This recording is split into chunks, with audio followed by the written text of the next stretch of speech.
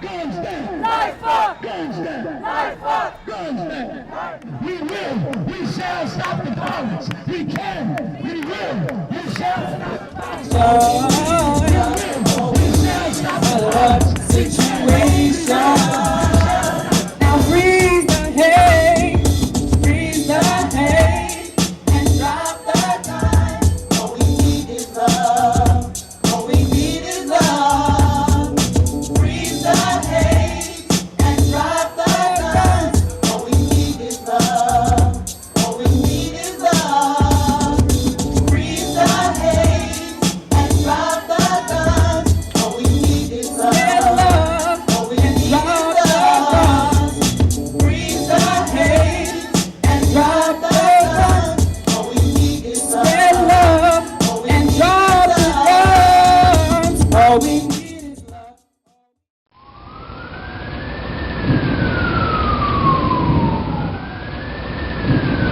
I am a volunteer/hospital responder. An interrupter is a person that stops retaliation and helps with the mediation. My name is Beloved. Our main objective is to know the main people, the high-risk people, the people that's either going to do the shooting or get shot. The /hospital responder part is where I go into the hospital in the wee hours in the morning whenever somebody gets stabbed, shot, or any type of harm done from another human being. I just want us, once again, and I can't say it enough, to give Ms. Kim Hayes a hand.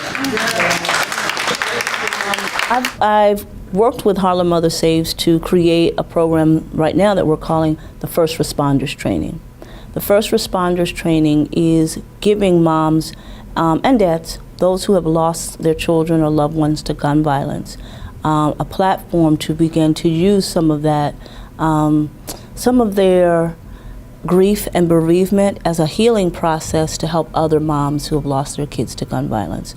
And so with the training we've done, now we have families, or we have parents who will be able to go out, or first responders who will be able to go out and lend some support and some services to that family. They've been trained on how to actually do the benefits application and to follow up if a case is denied. I'm Tina Stanford. I'm the director of the New York State Office of Victim Services. It's a state agency that's been in existence since 1966 to provide compensation to victims of crime and their loved ones who've survived the crime. So when someone has survived a homicide, they need help with the expenses that are attendant to the homicide. Our agency can help with those expenses. So part of the training that I'm providing is how to apply for that assistance. Two other major components was involving our police and getting not only just our first responders to see the police as friends or an important part of this equation, but how do we begin to use them and we all join our forces? I'm under the leadership of Inspector Harrison. I don't know if everyone has met Inspector Harrison, but he's the type of person that is, he's dedicated to the community. And to become in partnership with the police by getting folks to realize that they can't do the job themselves. It's not so much as informing on somebody in the community, but just understanding that if we're going to get cases solved, then people have got to be the voice in the community that has the conversation. 30 years ago, and it seemed just like yesterday, I lost my son, Anthony Bolden, to gun violence. Gun violence has got to go. Gun violence has got to go. Gun violence has got to go. Hey, hey. Mothers and fathers who have lost kids to gun violence, are we sick and tired of being sick and tired? We are fighting to say to our Congress, support the legislation that our president and vice president is putting forth. We need to stop this gun violence, assault weapons. Anthony was 17 years old. Anthony went to the store to buy some juice right around my mother's block on 123rd. My mother lived on 122nd. We shall overcome. We shall overcome someday.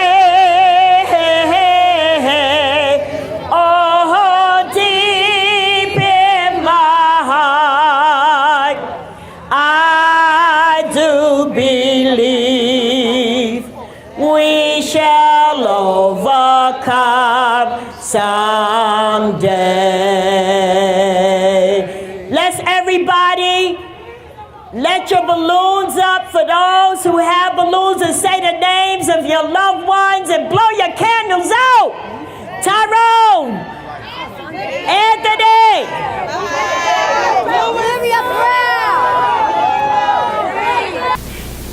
Anthony was in the store and some fellas said, I don't like how that nigga is looking at me. And that's why I hate that word today, nigga. And the store man thought they were kidding. Said, we look at that nigga looking at us, we should kill him. Exactly, we should kill him. There was a picture of a young black boy. On that picture, on top of the phone, he was holding a sign that said, please don't shoot me. I want to live. We've got to have our youngsters' backs. We've got to say no more. No more. No more. No more. No more. Wars and battles are hard, but coming up against mothers who are mad is the hardest thing in the world. Senseless suggestions that to get guns out of schools, there should be more guns in schools. No. How ridiculous, how insane is that? I don't like how he looking. The store man said when Anthony left the store, they followed him. The store man said he didn't think nothing of it because people say that kind of stuff. When my son got to 122nd Street, they shot him right on the stoop where my parents live. Store man heard about it and said, oh my God, that was the kid that was in here, and ran out the store and ran to my mother's house. First of all, the store man saw the police and said, that's who did it, that's who did it. So they caught him right away. God is good. It is people that if they see something, they say something. So we encourage a vigil, which Harlem Mother Saves will put together a vigil for the family. We've also assisted families in providing them with very, very little money, whether it's to pay for programs or for flowers. We'll do something like that. First responders will also go with them to follow up on a police report or to help them to figure out where the police report is or the police are in their investigation. Hi, my name is Margie. My son was killed in '93, June 17. Lately I've been suffering from a lot of chest pains and stuff. But bereavement is so hard. You gotta go to a psychiatrist, a psychologist. That don't mean that you're crazy. That just means that you could talk to somebody to help you get through this pain and hurt. And that's why I'm so glad that we have Harlem Mother Save, because we have saved some lives. We have saved some mothers and fathers from committing suicide. We have families here that want to commit suicide. But from coming to this group, this is our support group and bereavement counseling that we all do together. Sometimes it's not one-on-one, it's a group thing. And after leaving here, they said, I feel so much better because I felt like I wanted to kill myself. But because of Harlem Mother Save, we were able to save some lives. I tell my story about how I see how my son used to come to me and sit on the side of my bed. And when he died, that whole side would go down every night. But if you tell somebody that don't understand that, they'll say, yeah, you crazy, go to a psychiatrist. But you're not crazy because this stuff is real. And we understand each other. We know what each other is going through. A lot of these spirits that you might see of your children, it's real. Don't be scared. It's real, and you have to talk about it. And thank God that I have and other mothers and fathers have someone to talk to. And they took different steps. Jackie started a whole organization to try to get up that mountain. And she's still there communicating through the system with this young man who's going to get out.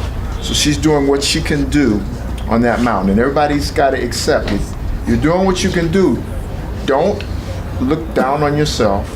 Don't feel like you're not doing enough. As long as you're on that mountain and you're trying to make it step by step.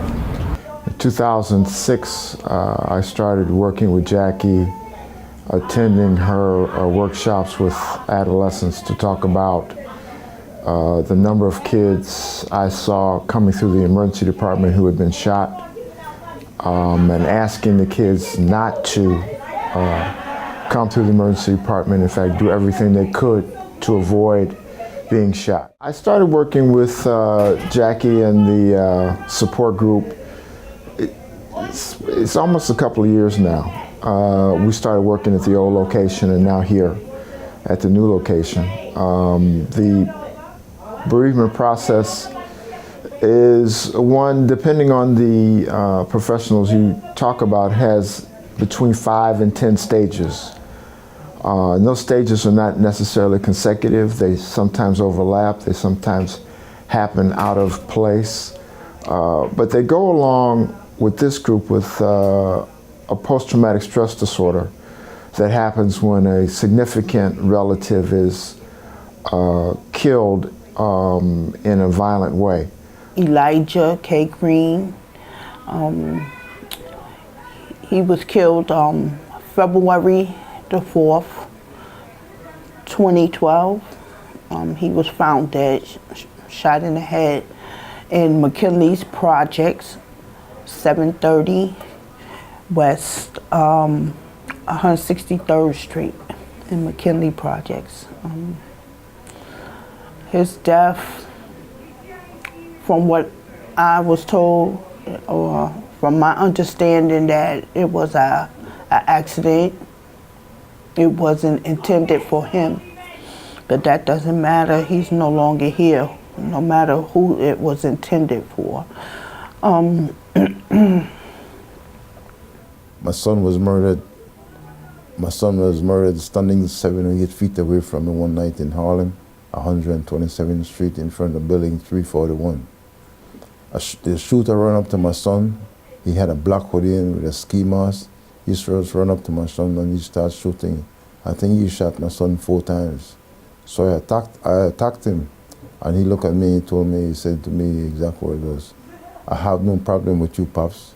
And I said, yeah, you don't have no problem with me, you just shot my son. So like, we continued to tussle.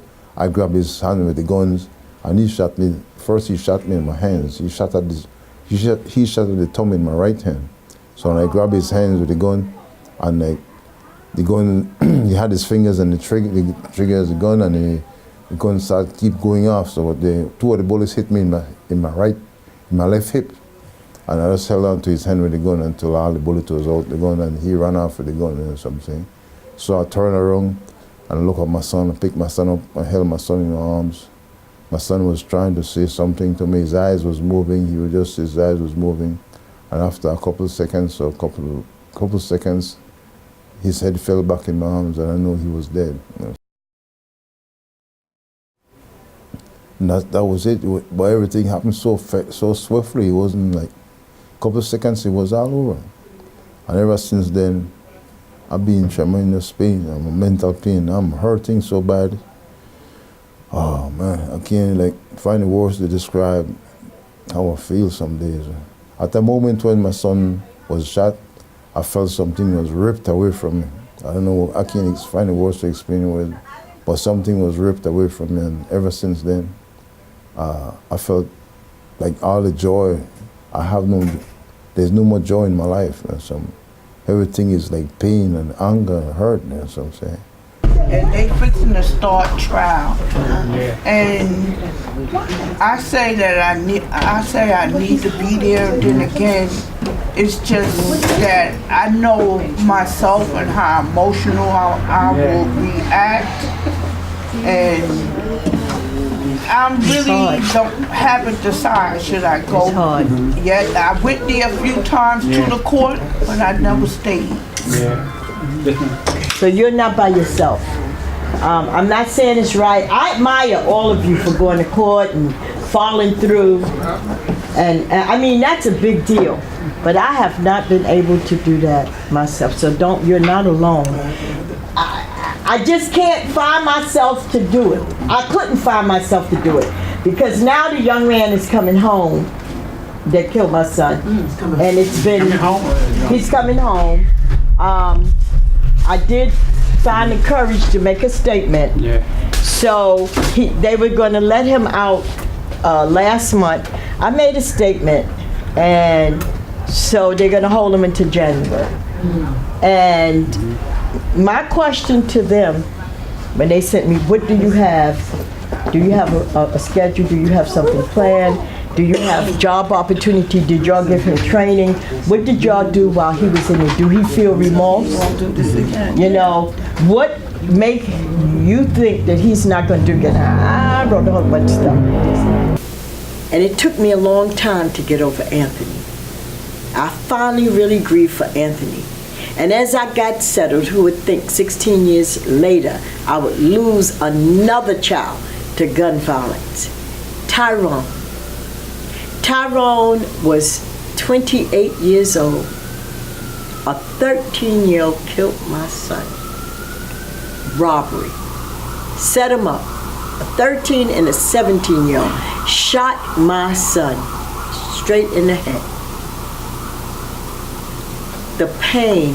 I'm still in shock. I'm still in shock. But I decided I had to make a choice. Either I was going to hate kids or work with kids. And of course, as you see, everyone see, I decided to work with kids. And in deciding to work with children, because I could not bring my two sons back. And so I figured, well, you know, maybe I could help save another mother from crying and feeling pain and hurt that I'm feeling. So one Labor Day, it was so many shootings in one day. And at that time, when Tyrone got killed, I was introduced to the support group through Safe Horizon. And I was with other parents. And that's when I got the support that I needed. And one morning, I woke up screaming, who's giving out kids all these guns? Somebody is putting these guns in these kids' hands. It must stop. We must stop putting the blame on the police. We must stop putting the blame on elected officials. We must stop putting the blame on everybody and take ownership and take back our kids and take back our community. I start calling parents because in this one day it was like 6 or 7 killings. Not only shootings, killings. I called some parents, and it was 5 of us that walked into Assemblyman Keith Wright's office. I said, we got to go in somebody's office. They got to help us. And this is real. I woke up at 2 in the morning yelling and screaming to my husband, help, help, who's killing our kids? Who's getting these guns? Where they getting these guns from? Enough is enough. We walked into Assemblyman Keith Wright's office. We called him. And he said, come on. And we said, we need to do something. Enough is enough with all these killings. What could we do? Could you help us? He said, wait, and we crying all over the carpet, and he crying with us, and this is such a real story. It happened so fast. And he said, first of all, let me close my door. He said, are y'all serious? He said, but I'm not going to ask that because I see y'all serious. He said, we could go on the steps of City Hall and call a question, because that's how spontaneous he is and was at that time. And see, we said, go on the steps of City Hall? He said, yes. He said, but before we do anything, this group of mothers, it was just mothers, have to have a name. He said, we're going to find a name for y'all when we go on the steps. Now, this was like on had to be a Tuesday, because that Memorial Labor Day was on a Monday. And that's how quick we act. He said, well, the day is Tuesday. We go on, I'm going to make a call. We're going to go on the steps of City Hall after we find a name. So a couple of names were thrown out. And then he said, Harlem Mother Say, some of his staff said, Harlem Mother Say. I said, that's the best name. So we all agreed. That Friday, I don't know what he did, but we was on the steps of City Hall calling the question, who is giving our kids these guns? And it's a shame because today we're calling the same question. Who's putting these guns in these kids' hands? And that's how it's been able to make it. Because after Tyrone, I'm still in shock. And I'm sitting here talking, still in shock. To lose another child. And when we called the question on the steps of City Hall, that's when Harlem mothers and other mothers and fathers started listening. And guns was everywhere. But we got a call on the steps of City Hall with the Black 100 law enforcement, and I was told while we were standing on that steps that 3 bodegas in Harlem was giving these kids these guns. And that was a Friday. That Tuesday, those 3 bodegas were shut down and they found all these guns. But see, it was known already, but it was under investigation. But this really did it. And that's how Harlem Mothers Save, Stop Another Violent End got started. We call on everybody to step up and stand and walk with us and talk with us and help us. Help us save another mother child. I thank God that we have a relationship with the police department and the DA. They've been our real partners in this. And I thank God for a young man like Dr. Palmer, a professional that sits with us every month and help us get through this counseling and bereavement. Thank you, Dr. Palmer.